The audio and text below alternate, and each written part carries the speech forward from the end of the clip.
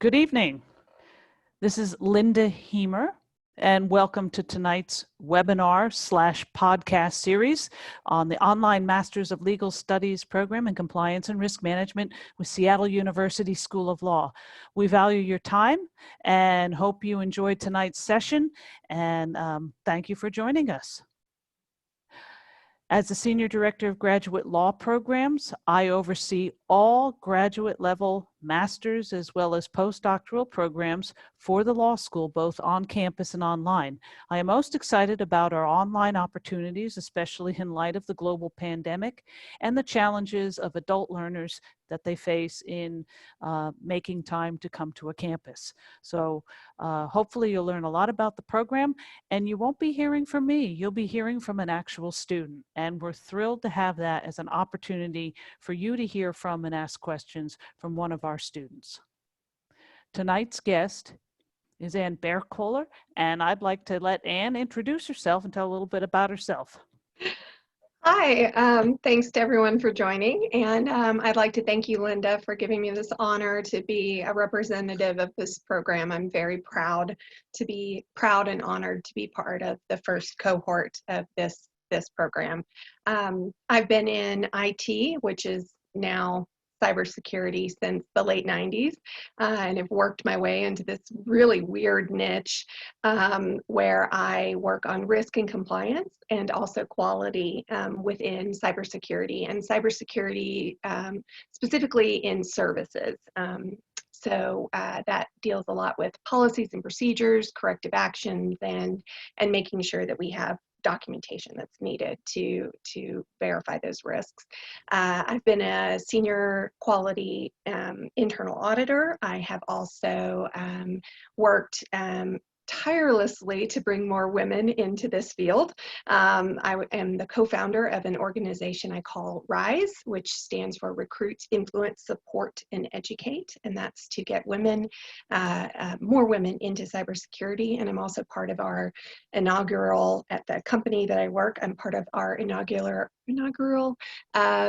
diversity and inclusion program to make sure that there's room for everyone. There's room for everyone in this space, and that's part of the reason that it brought me to getting this degree. So. Thank you, Anne. And you also had, sorry to put you on the spot, but you also had a recent recognition, didn't you, with Consulting Magazine? I did, yes, thank you. I was awarded one of the top women in technology, and specifically leadership excellence. And that's mostly around the work around RISE. We started with, I think it was 9% in North America were women in cybersecurity when I started looking at it back in 2016, and now we're at about 24%, which is really great. And at my organization, the technical roles are filled by 26% women, so we're over the North America average. So I think that was why I was selected for that award. Yes. Well, that's wonderful, but I'd love to stick with the stats for a bit. So 15-point increase just in 4 years. And I believe if looking at labor statistics, the Bureau of Labor, there's also been a similar rise in demand for these kind of positions, compliance, risk, and cybersecurity, yes, or other fields. So I think both the increase in positions and the increase in awareness for women in STEM roles might be part of that growth too. Yes, yes, and top management is they're really coming around and seeing what we can bring to the table. Yes. Well. Congratulations, and that's great news. Thank you. So this is our agenda for tonight. If you don't mind, Anne, we'll be talking about your philosophy, your goals, priorities, why you chose this program, some tips you might share, and I'd be happy to to plug my ears, and any concluding thoughts you would have. Then we can summarize with next steps just with our program if anyone's interested in applying or in learning more about the program, as well as a time for a question and answer period. So Perfect. You ready to get started, Anne? Yeah, let's go. All right. Okay, well, I wanted to start with a story. I feel like that's the best way to wrap people in. Some people don't understand what risk and compliance is. This image that you see here is a picture of the Panama Canal. So I'm not sure, Linda, how much you know about the Panama Canal, but I have learned quite a bit about it over the past few years. And actually, the Panama Canal was originally started by the country of France in 1881, and they gave up in 1894. So to make a long story short, they spent about 13 years hiring people to dig. Water would fill in, they'd hire more people to dig, water would fill in, and they had an extremely high mortality rate. So as I'm telling this story, I would like for listeners to be thinking of these areas of risks and points of control that you could be thinking of in a risk and compliance arena. In 1904, the United States took over the Panama Canal because we thought it was extremely important. Of course it was. And President Roosevelt at the time, instead of hiring more people to dig because the mortality rate was so high, he decided to hire an engineer and a doctor. And he sent the engineer and the doctor down to the area where the Panama Canal is now, and they started to look at the reasons why, first of all, why it didn't work when France was trying to build the Panama Canal. So he ended up hiring sanitation officers. They built railroads. They had to find areas of infrastructure that they could build the infrastructure before they could even start digging.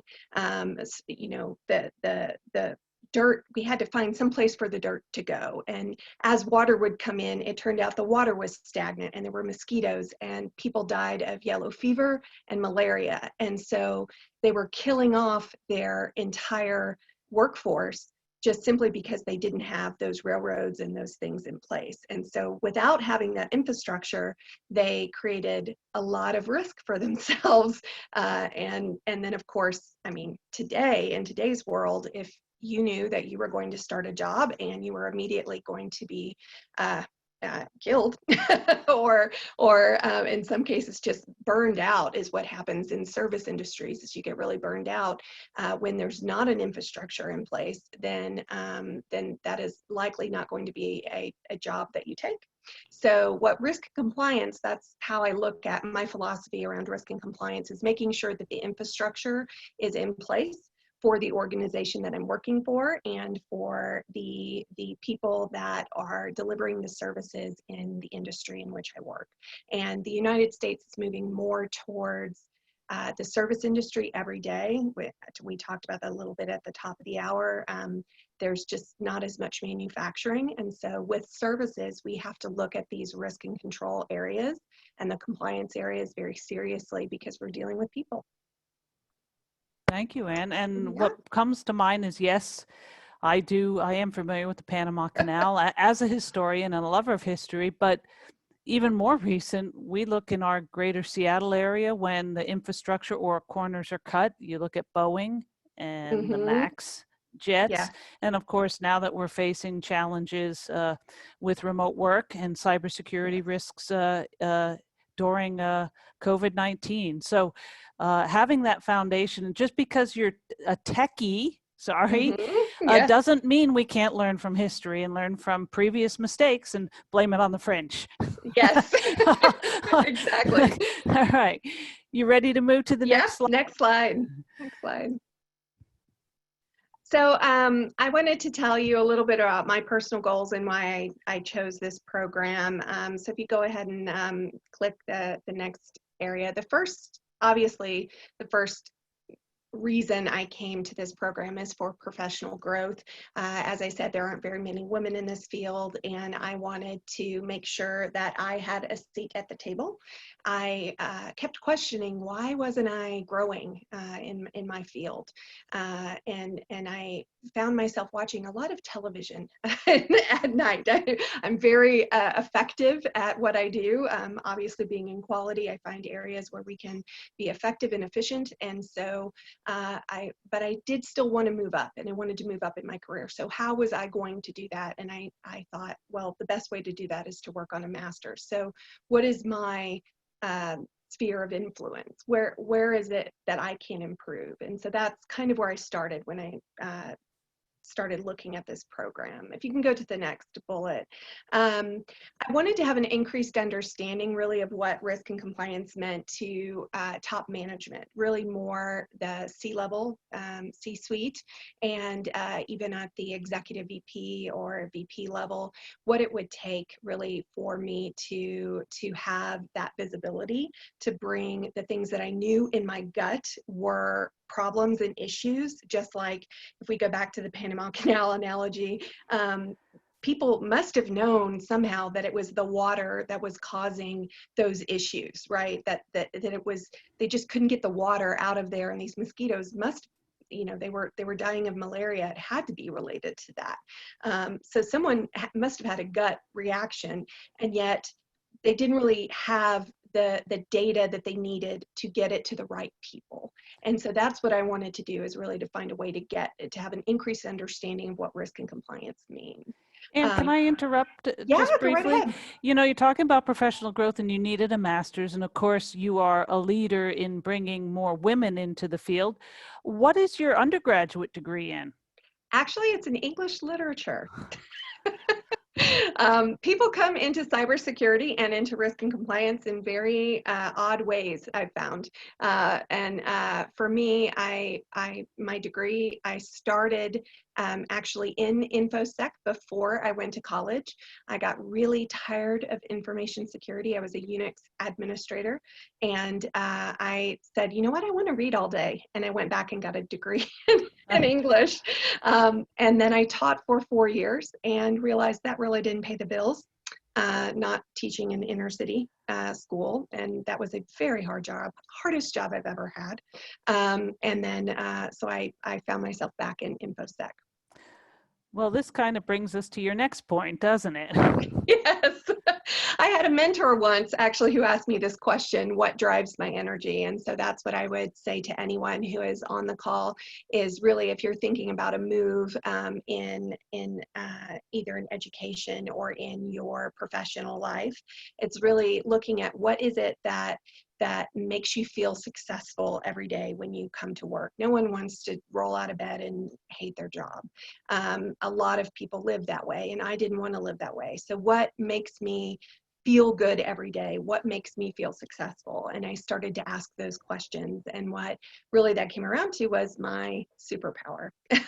So I tell people all the time is that everybody has a superpower, and you have to figure that out yourself. What is your superpower, and then use that superpower for good. For me, what I found out, and if you go to my LinkedIn, if you connect with me, that's fine. That's fine. We can stay right here. If you connect with me on LinkedIn, you can see that all the way back to my teaching career, my superpower seems to be finding what's wrong. I find the needle in the haystack to figure out what's wrong, to see how I can fix a problem. And that's really what risk and compliance is all about. It took a while to kind of bring me to this area in quality, where I'm looking for these corrective actions and preventive actions, and really limit risk to my organization. But it started with that ability to find that piece that needed to be fixed. Excuse Yeah. me, Anne, you know, it sounds great, you know, and I recently saw a TED Talk on a woman speaking of, what is your passion, and how hard it is when you ask that question to someone of any age. And it's similar to your mentor saying, you know, what drives your energy and what is your superpower? So sometimes friends or colleagues can help you find that too, as you're engaging in a due diligence and looking at opportunities like this. Yes, yes, of course. And then for me, I also started looking at my hierarchy of needs, which is here on the next slide.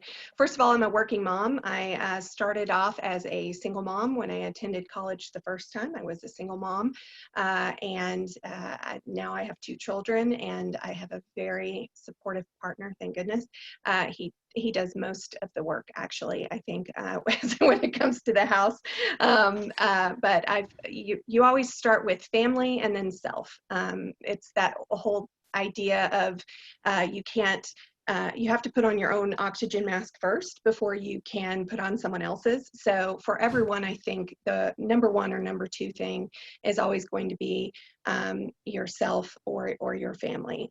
For me, I wanted to stay healthy. I wanted to stay working. I wanted to stay available to my children, and those were obviously the top things. But that's not all that I am. Just because I'm a mom, that doesn't stop there. I couldn't be a stay-at-home mom. I'm also a citizen. I use this phrase, learning beyond what is expected. I spend a lot of time traveling. My husband and I decided very early on we wanted to go to a different country every year with our children, and to do that, you need money. So that leads me to the next thing, which is really about long-term financial success.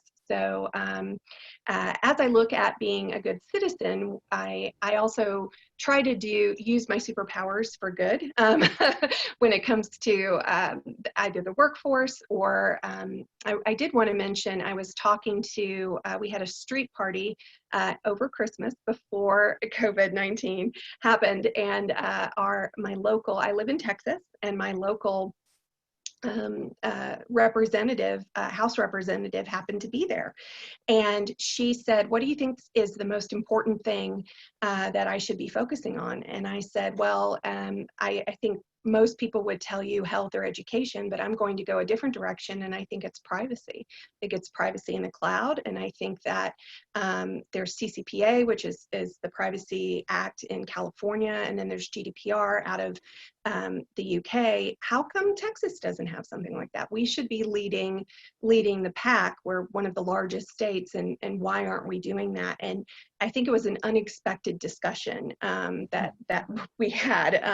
It was unexpected for me, and then just by being a good citizen and being involved in local politics and writing strongly worded letters from time to time, I found that I was very interested in the legal process and the law, and how laws are made, and how we get to where we are today. So if you want to go ahead and go to the next slide, that kind of led me to why Seattle University. And I'll say the very first thing is I didn't want to go to a typically online school. I wanted an education that came with excellence and came with reputation.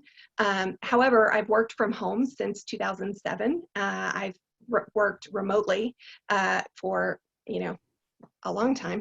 And I really felt like working remotely and going to school remotely I would be successful at it. So that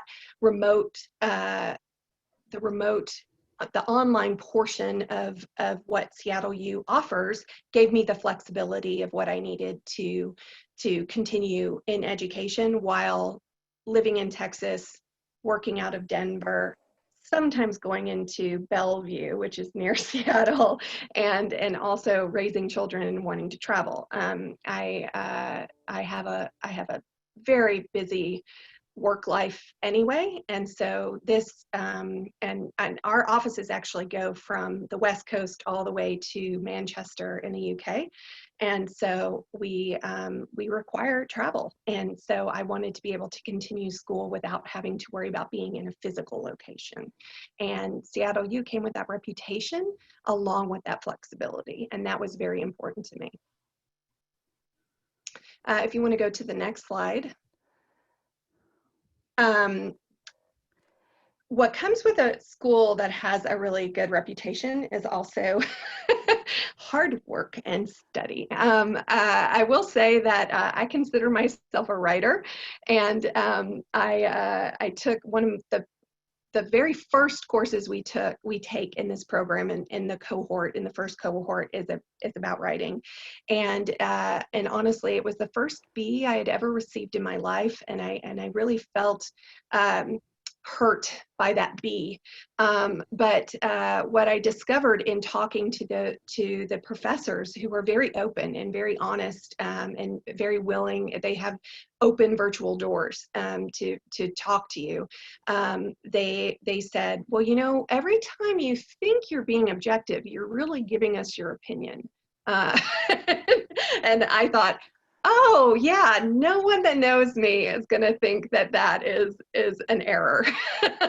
Everybody will believe that. I obviously have very strong opinions, and so for me, talking to the professors, it was like trying to step outside of my own head and really learn what they had to offer. And so I spend a lot of time, you can see here, I spent a lot of time with my glasses and a cup of coffee, really. If you want to go to the next slide.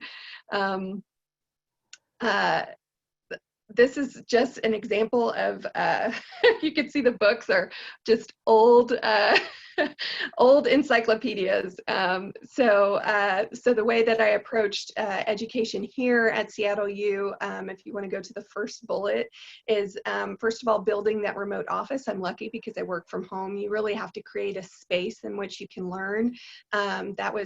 That's probably the biggest tip I have for anyone who's entering an online program, maybe you haven't done that before, is that you really create an area for you to do schoolwork. Since I work from home, that was easy for me. But go ahead, Linda. Yeah. Oh, I didn't mean to interrupt, but I did want to interject.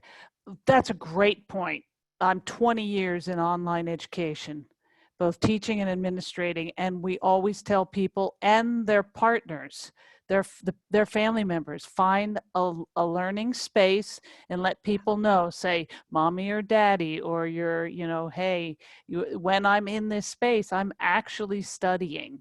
Yes. And then you can also switch gears. So that's critical. And like you Yes. said, you have family buy-in and support for that. And I Yes. understand too, while we were testing, sorry, I'm going to give a shout out.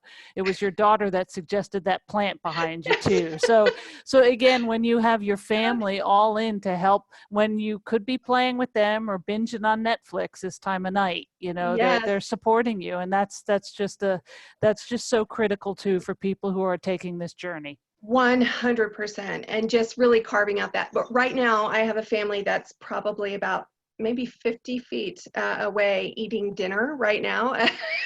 Not too far from me. I have a dog, and I literally had to put a stop sign on the door behind me just to say, we have little notes that we leave each other to say, this is the space that I've carved out for myself. And so I really recommend that to someone else who might be engaging in this journey. The second thing is being prepared to read. I decided to start this program, and Linda and I have had this conversation. I found myself, I ran into a health crisis, and I found myself sitting on the couch watching a lot of television as I was trying to kind of repair my body. And I really felt like after 2 years, I was diagnosed with an illness in 2017, and in mid-2019, I said, I could have a master's degree in television right now. I've watched every possible television show there is available on every streaming service. Is this really what I want to do with my life? And I started reading, and then I started looking at different programs, and I said, you know what? Over the past 2 years, I really could have gotten a master's degree. Why don't I actually get a master's degree? And that's what started my my journey to Seattle U, is really looking at a way that I could really advance both my career and also feed my brain a little bit more than what was available to me off of television. So you will read a lot as you are working. I tell people now at work, I say my what I really enjoy is actually reading some of the case law or some of the legal documents that we read. One of the first things I did is I went to I live in Austin, Texas, and I went to the LBJ library and I bought a pocket copy of the Constitution and I carried it around with me. And it was just such a cool thing to start off by, here's the Constitution and here's how our legal system started. That was one of our first courses, was an introduction to the legal system. And that is so different than what you see on Law and Order or The Good Fight or any of the legal TV shows that you see. It was really just a really cool introduction. And so I'm a super nerd and I do a lot of reading, and I think this program will require some reading. And so just be prepared for that. and Anne, it also is preparing you for a career and advancement where reading is critical, current events and being up to date on changing. We know that with a tweet, regulations change, but even though tweets are limited in characters, that means the CFRs, the Code of Federal Regulations, change. And you understand the enactment, you understand, and you have to understand what is binding, what is suggestive or persuasive. So the guidance is, so this program is designed to prepare you for the kind of critical thinking and reading that you will do well beyond your master's. And another thought, you said, I decided the time I spent on the couch, I could have had a master's degree. You didn't zero directly in on a master's of legal studies, did you, at first? No. I had actually started my career as a graduate student right after I got my bachelor's degree. I entered into an English literature program, and I was a TA for a while at the University of Houston. And then I said, this is not what I want to do. And then when I got back into this field after I'd been working for a while, I said, you know what, I really need to be able to compete with these men. I'm gonna get an MBA. So I looked at all of the MBA programs, and the very first course, it was an online course and it had so much accounting in it. And I withdrew immediately. I just said, you know what, this is not for me. An MBA with all of this accounting, this is not going to take me where I need to go. And I started to question, again, going back to what drives my energy and what is my superpower, what is my sphere of influence? Do they really need more men with MBAs in this program? Do they really need more people who have certifications like a CISSP or a QSA, which I've had? Do they really need more technical people, or do they need people who are going to take that technical expertise and combine it with something else? And that is what I really feel like this MLS program does, is that it takes all of the different areas. And I thought it was unique to what I do because I was already in risk and compliance, but I'm working with people in this cohort that are in financial services. Some are already lawyers.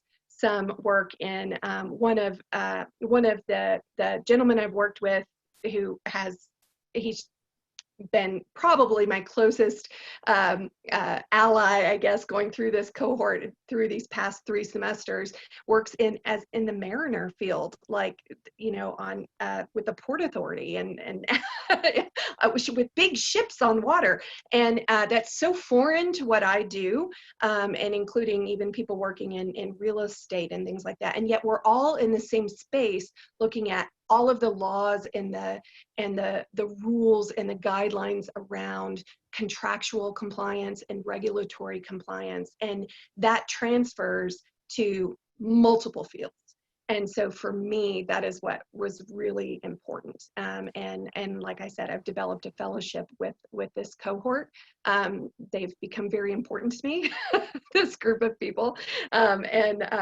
So I'm really glad that that somehow, I don't know how you do it at Seattle U, but you've been able to build a community of people who are able to reach out to one another and get texts from one another. And it's been great. It's been great to be able to do that. I call those people vitamins. I need my people vitamins, particularly because now I work from home and I go to school from home. The only people I see, which now we're all in the same boat, because we're all working from home during this pandemic. But I'm able to get those people vitamins and speak to actual adults other than my children and my spouse with this cohort. And that has been extremely valuable just to me as a person for my own mental health. This group has been amazing. And Anne, if I could stay, I love the vitamins, but how did we do this? We were deliberate. Like you said, you were looking for a traditional institution, not just a large online university. Yeah. And it has a great fit for some. We actually selected our first cohort of approximately 10, and we try to keep the class size more seminar size, where you really get to know your colleagues. And when I send emails I say, dear colleagues, we treat you as professional colleagues day one. And that you get to build that sense of engagement, and our faculty all know how to build that, and you learn from other students, not just a sage on the stage in video lectures. So that's what we value about Yes. the uniqueness of the program, and really the boutique nature. And we also, when we're looking at applications, it's well beyond just a GPA. That doesn't tell the story. It's what, and when I'm talking to people, prospective students, I'm also thinking, what value will you add to our program, while I'm also explaining the value proposition and the return on their own investment. So we know that this is a benefit, and they'll be your colleagues and friends long after, regardless of the industry you're in. Oh, And they give novel approaches to solutions. 100%. I can't say that enough. That's been the best part of this program. And then obviously tools. I have, as I said, I've attempted a graduate degree twice, and it never really settled with me. One was on campus, straight on campus, and I rolled directly into teaching right with that. And then the other program I looked at didn't really have the tools that you have available.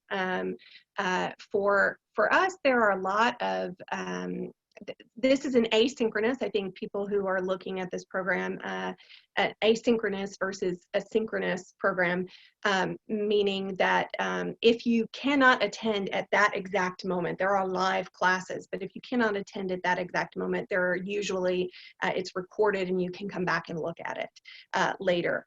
What you also have is you have these great resources that you learn in the first semester that you can go out and do your own research. And we have a lot of what are referred to as guest lectures, where we find the professors have found guest lecturers that previous recordings on the topic, and they're provided right there for us, even if it's a login system that you would typically have to pay for if you were just learning on your own. This is it's right there made for us, and then we have these where you have access to people through this online system to hear to hear about it being put into place, risk and compliance and on the real stage through these tools that Seattle U has to offer. So that has been extremely valuable as well. And that was another deliberate design. Knowing a traditional academic environment has one professor and one textbook. And we said, Yes. why? In a work environment, you seek the advice, and there's subject matter expertise in others. So in some of our courses, we have co-teachers, as well as many subject matter experts who share content or help develop the course. So we see it more like an edited, interactive textbook and learning environment, but to again model the kind of professional development you'll be engaged in throughout your career. But our faculty, many of them are remote. Some are members of the faculty at Seattle U, but they're also practitioners. We wanted the practitioner scholar model. Yes. One of my favorite professors actually was teaching while on a cruise, I believe. And I found that fascinating. I just said, I said, if I could be working while on a cruise, that is That is what I want to But do. she was still available. You know, She that's was it. That's a people, exactly. just like we want to encourage students to have that life work balance, the faculty model that, and they Yes. are available, but they can also say, hey, take the time to cruise. That was Yes. Professor DeGarmo. Yes. Oh, yes. And what I tell people when I created the position that I'm at now, and it's grown into something else. I've been here about 5 years, but I've been at this company for 5 years, and I hadn't been promoted, and that was kind of the question that I asked. Was like, really 5 years? I've been watching these people kind of move from director all the way up, and not really. And not really seeing that growth for myself. And so I started with this program and working with Professor DeGarmo, and just, I think, learning that critical thinking skill that you were talking about, like going back to those regulatory, just going back to that regulatory language and really trying to look at things from a more objective point of view, really just, it was like an aha moment for me the first semester. So mid second semester, I was promoted for the first time in 5 years. And I really believe that that is because of my first semester here at Seattle U, and then moving into this. I just am just floored. Have also heard from my cohort, in this first cohort, that another individual has been promoted, and another person has gotten another job with a senior VP title, all working through this same program. It's been fantastic. And that brings us, I'm sorry. And that brings us joy too, because we want this to not be, oh, you work for 2 years and then maybe it might pay off. It's designed to be timely and relevant for Yes. your current roles, and we hear it constantly. And that's we love professors. We love that feedback when they say, "Oh my gosh, my supervisor just loved this," or I had a consulting client and I was able to interpret something and save them time or money or solve the problem Yes. through the lens of the law without practicing law. And that's where Yes. the MBA. I hear more from prospective students saying, "I can't decide between an MBA and an MLS." Not as much people saying, I don't know what law school to go through for a master's of legal studies, just because this is relatively new for law schools to be offering master's degrees from law professors. So. Yes. Well, in the compliance arena, where I've been in compliance since since before the payment card industry is really big with payment cards right now. But before HIPAA, before high trust, before PCI, before all of that, when you start looking at where is the industry going to go, and what is it that you're going to need? I really just feel like an MBA was not the thing for me. I knew that there was something, but each program, every company that I worked at, I reported up to legal, or I worked directly with legal. So Sure. I actually sat down with a lawyer that had worked at my organization, and said, "Hey, do you guys think I should get a law degree?" And both of them said, "No." Don't do it. And I thought, why? Like, why? And they said, "You're doing great in what you're doing right now. We need you where you are right now. You're our subject matter expert when it comes to these compliance areas. If we didn't have you, we wouldn't, like, we've got lawyers. We'll hire lawyers. We need what you do." And I said, yeah, but I really feel like I could do more. And that's what this is it's that combination. It's bringing that compliance piece that I already had, and being able to work with the legal team. It bridges the Yeah, gap. it really does. Yes. I'm not sure if there's another slide. Yes, that was my concluding thoughts. I Slide. got you covered. Yes. I will say that all of these four here, building professional relationships and skills, is something that, like I've already said, is something that it's just natural to the program. Engaging with the faculty and students, with my CEO, that when I came and I developed this thing, I told him I work with people. I don't work for people, because there's so many people, there's so many different levels in an organization. And I really feel like that faculty student, there's really not there's no, there's not a gap there. You could really talk, you really can engage with the faculty, and we really do work with each other for that end goal. And that end goal is obviously becoming a leader in risk and compliance. And I really like this last phrase, the unlocking of your potential. I didn't realize that I had this potential until I had that aha moment in the first semester. So it was really gratifying for me to get that return on investment, like I said, so quickly. Thank you. Yeah. And I will tell Professor DeGarmo she'll be moved. Well, and we value, we love it with aha moments. You know, we are natural, we're teachers, we're coaches. And in this case, we really feel like we're coaches and we're helping colleagues harness their superpower and unlock their potentials. Yeah. And I even hear from our faculty how much they learn from the students too. And it makes them better professors, because you hold them to it. Yes. The feedback they give, the discussions you have, they say they've never had to work so hard. So kudos to you and your colleagues.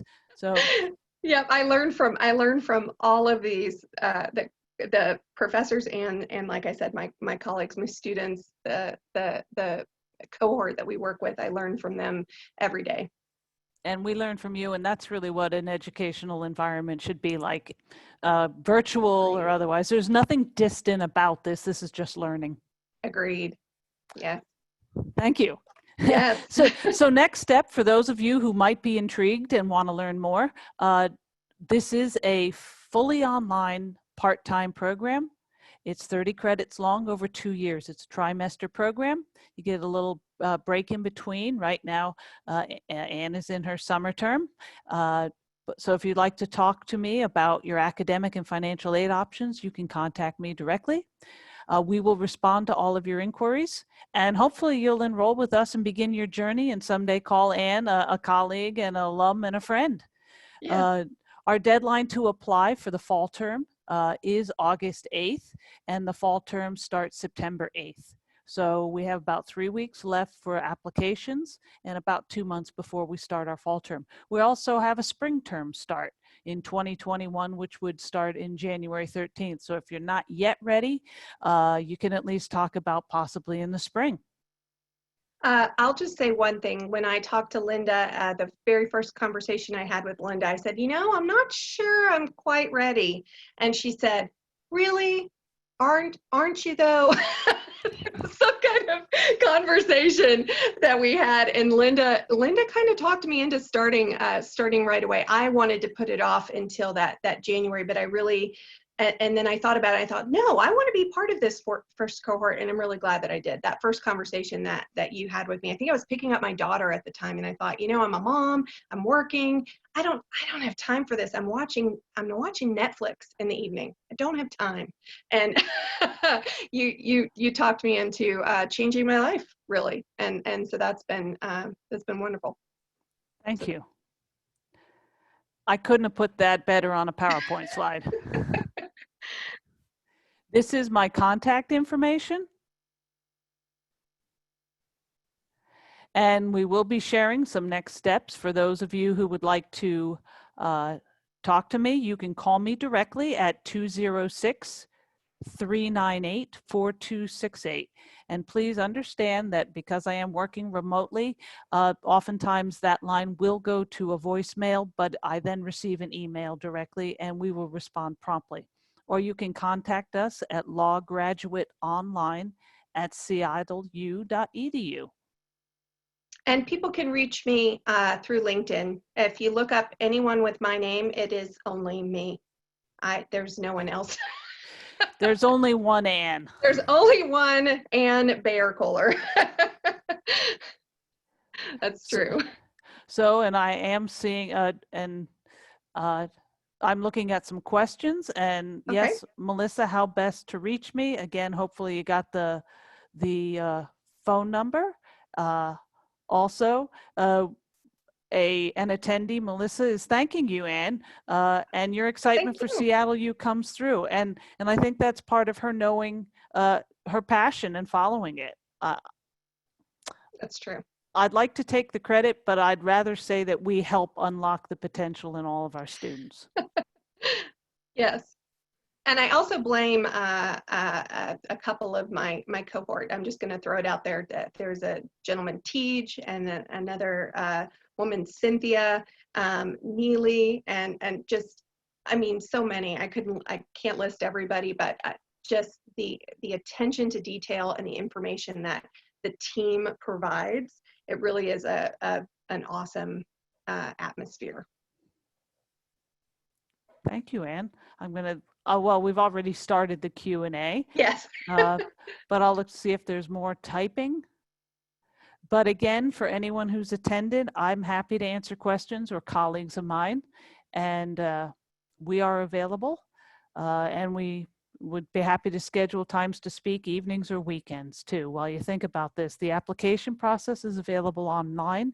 You do not have to submit letters of recommendation, just names and contacts of references. And you do not have to submit at the time of application official transcripts, just request them. Before enrolling, we need proof of a bachelor's degree and an official transcript for compliance purposes. See, we also, so, and also some of the hangups people have with the application is a personal statement. It's not like an undergrad where you have to reveal some, you know, it's really about if I met you and I said, so why Seattle U?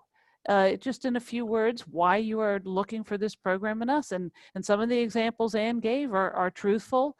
And that's what we want to know, a little bit more of you beyond a resume and a transcript.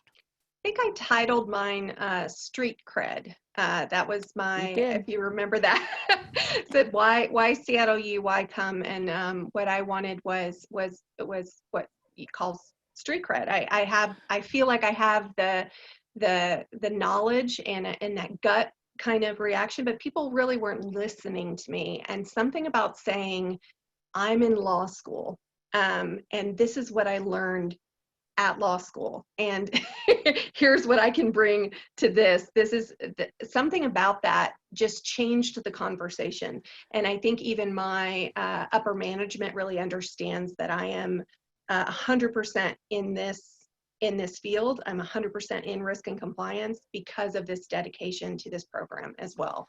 So that's been rewarding.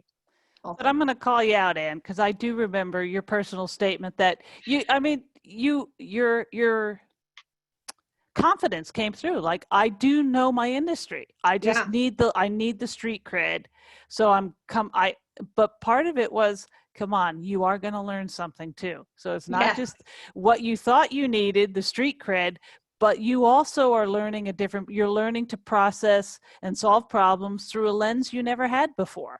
That was that aha moment. It was that every time I went to top management, I brought so much of myself and my opinions that they couldn't get to the information that they needed. And that was what Professor DeGarmo, I think, is really what she was saying was, you bring so much of your subjectivity to it, that objectivity, that data analysis that people need, the trending. And so the trending analysis and my risk matrix that I have to provide straight up to the board through our CFO, those things have changed so dramatically in the past year, just from what I've learned. I didn't even know what I didn't know, if that's, if you understand what I mean. And I knew the industry, I just didn't know how to process that information in a different way. And this is and you're the person at the table who, and just like lawyers, I used to hear when I practiced law and worked in corporate and finance practice groups, the corporations would complain, give us a lawyer that understands our product or our service or our industry. Mm-hmm. And we always think of risk. Lawyers are trained to think of risk, litigation risk or liability risk. And Anne, you made a point that may not have been heard by everyone. In this program now, we actually have people who have already been to law school, and they have come back to earn a master's in legal studies. So this isn't just mini law school. This is, they said, we didn't learn about the strategic side and the business perspective of risk and compliance and law, and how the law and legal system can help with all the things. So that's where I see this. It's like a legal MBA almost. So that's where I see Yes. that blending. But we do actually attract people with doctorates, with other master's degrees, and who have Yes. already been practicing attorneys. So I Yes. think that's a great point too. Yeah. And Tasha, thank you. You got a thumbs up. I am really loving this program. Give me a call. Talk to Anne. Again, we are Yes. proud enough. Many of our students would be willing to talk to, obviously they're Of busy, they're course. working professionals, but I know they'd give you an honest opinion, and they give me honest opinions. I reach out, even our professors, when they've designed some courses, have contacted the students and asked about course design and what content they think they might need too, haven't they? Yes. You know, Yep. just like in design thinking and in any type of business, we see our students really as customers. And if we want to give you a product that you can use and is user friendly, you know, and so we actually ask our students how things are going, not just a survey, but I call them up. So Yes. I've received some of those calls, so that's right. And I've learned, and we're always looking at continuous improvement. So. yes. Anne, everyone's time is valuable. We're getting towards 10 minutes to the top of the hour. I don't see any typing. Is there any closing thought you'd like to share? I'd just like to say if you're holding back for some reason, whether you're on this call or you're watching this on a recording later, if you're holding back for some reason, I say just do it. Just go for it. You won't regret it. I'm a mom. I spend a lot of my time worried about my family, worried about, you know, this pandemic. I'm in risk and compliance, so I had to work and on the business continuity side. I had to literally send an email, I think it was to Linda and then to a couple of my professors right when this pandemic started and said, look, I'm in cybersecurity and this is hitting us hard right now. I need a little bit of extra time. And that time was given to me because they knew I was a professional and I was in this industry. So I would say don't let any of that hold you back. There are ways to get around that. And I've also heard a lot of parents say, you know, isn't school kind of selfish? Isn't it selfish taking away time from my kids? Which to me, I have two only children. I have a 25-year-old and a 9-year-old. I was the youngest mom and the oldest mom at the same time. And to me, both of my children, when they see me going to school, I really feel like they see lifelong learning as an important part of being an individual. And they're your children, although you're your children forever, they're not going to live with you forever. As soon as my son moved out, he was like, I'm done with mom's rules. He's on he's on his own and he's doing his thing. And here I'm still here. And so it's important to me to have that degree, this degree, for me to continue that growth. One day I will have people call me doctor when I get my PhD. Like I have my own goals. So if you have a goal and you find out what that superpower is, what that sphere of influence is, what drives your energy, and if this can fulfill that for you, I would say just do it. Just jump in. There's no reason not to. Thank you, Anne. That I'm inspired too, and we so value everyone's time for attending. Thank you. I hope to meet some of you. There's one more chat. Just wanted to see. And attendee Melissa says, Anne, your last words are inspiring words. Oh, wonderful. Thank So, you. Thank you. and I do see it. How many students are in a cohort? It depends. Our initial cohort sizes have been approximately 10 by design, and we will never allow more than 20 students in a single class. So you may be, there may, as our programs grow, we may have larger cohorts, but the class sizes will always be somewhere around 10, but never more than 20, especially with so it's not the giant lectures or MOOCs. Yeah. So I will say thank you. Thank you, Anne. Everyone, please continue to be well, and I look forward to hearing from you. Wash your hands, wear a mask. Thank you. Take care. We are stopping recording. Bye.